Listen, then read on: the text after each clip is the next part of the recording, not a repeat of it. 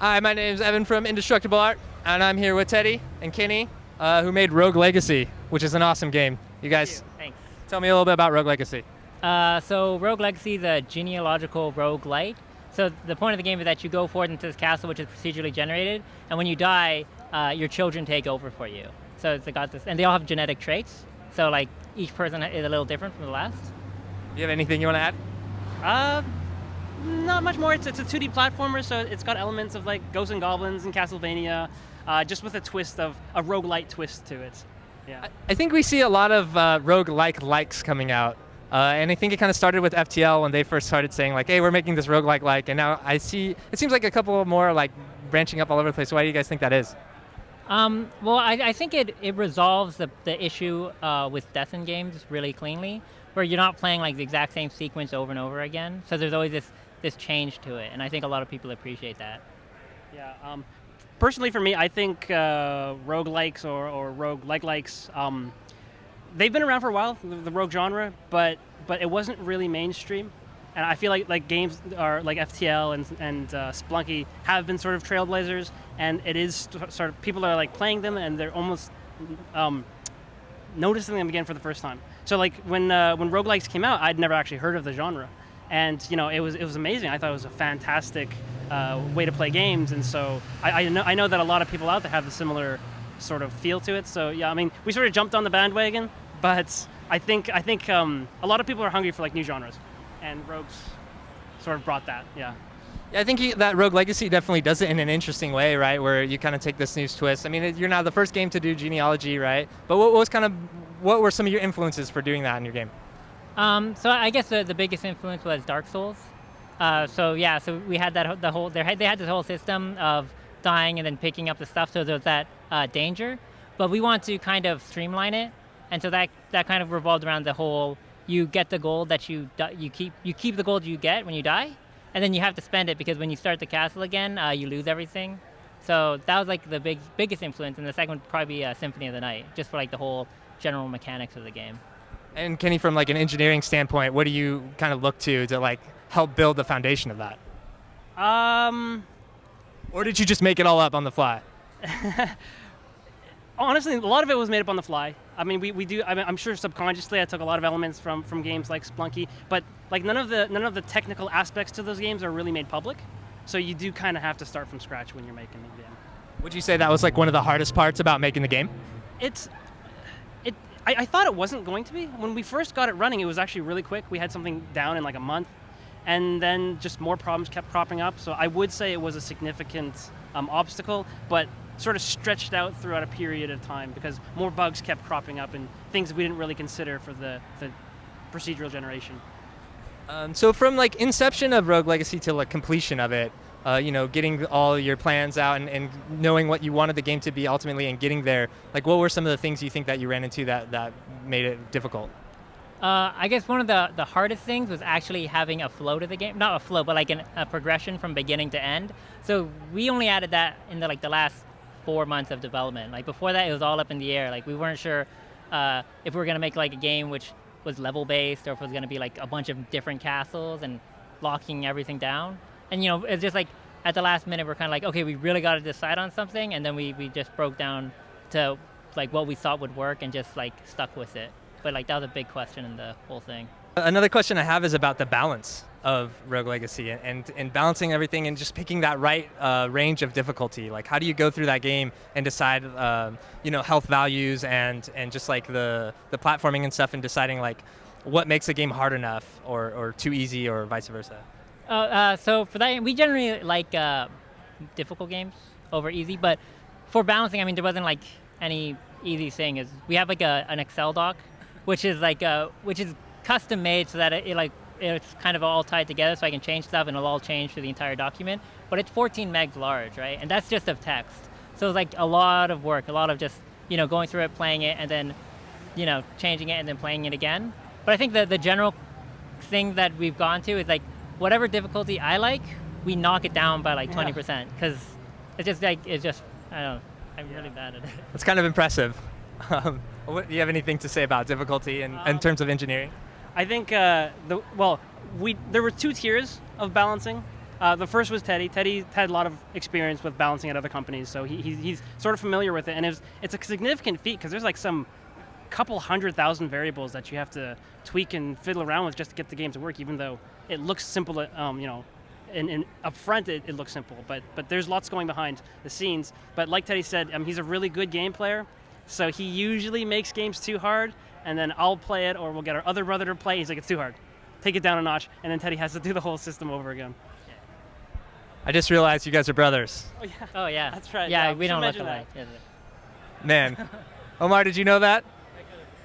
I should have known. Okay. So what's it like growing up with somebody who's just really, really good at games? Sometimes it sucks.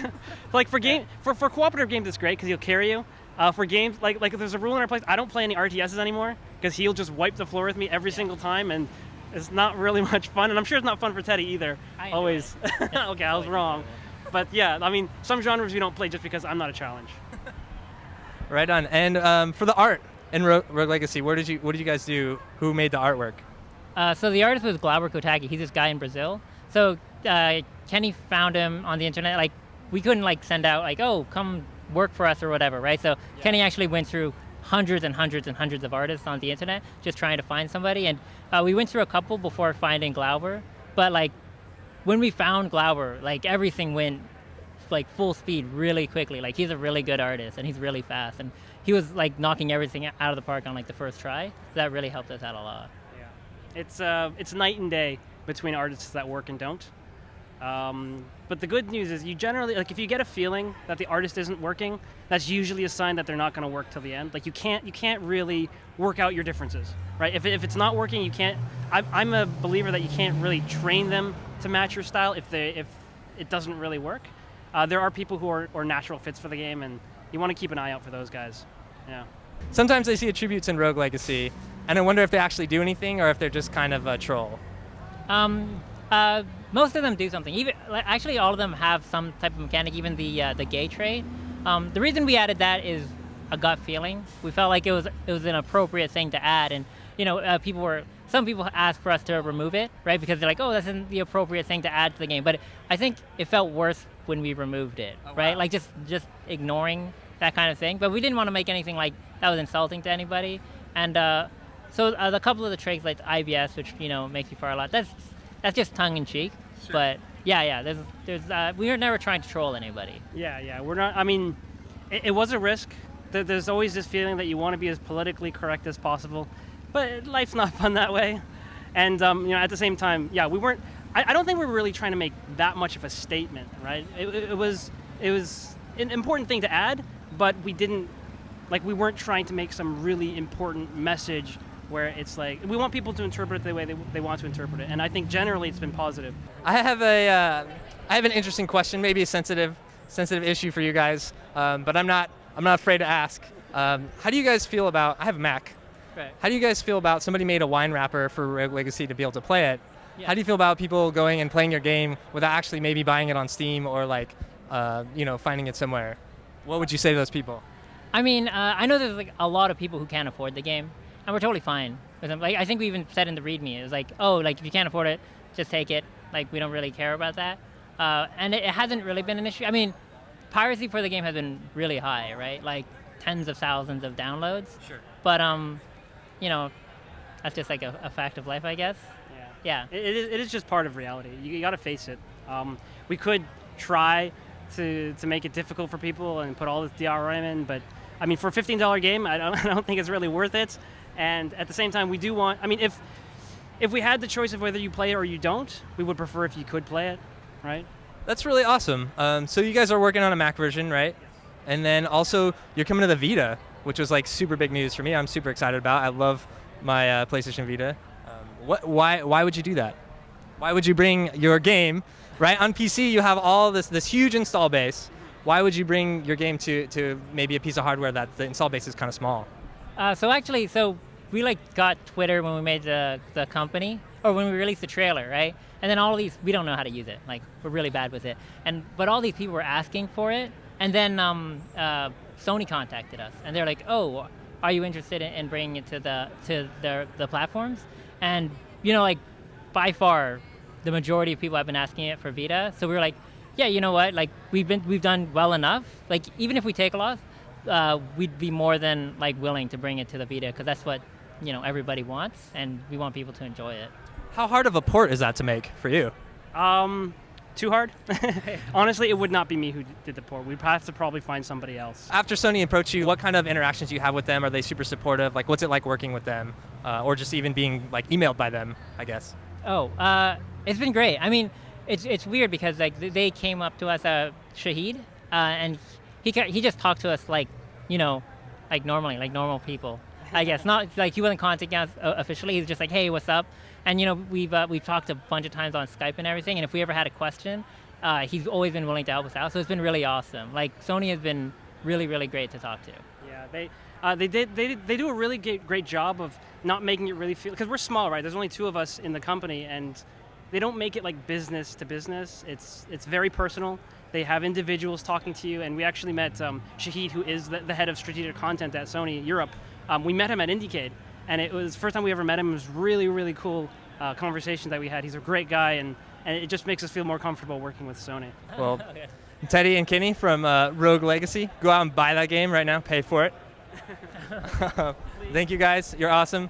Thanks. All right. See you guys around the show. I hope you have a good IndieCade. All right, thank you too. Yeah. Thank you.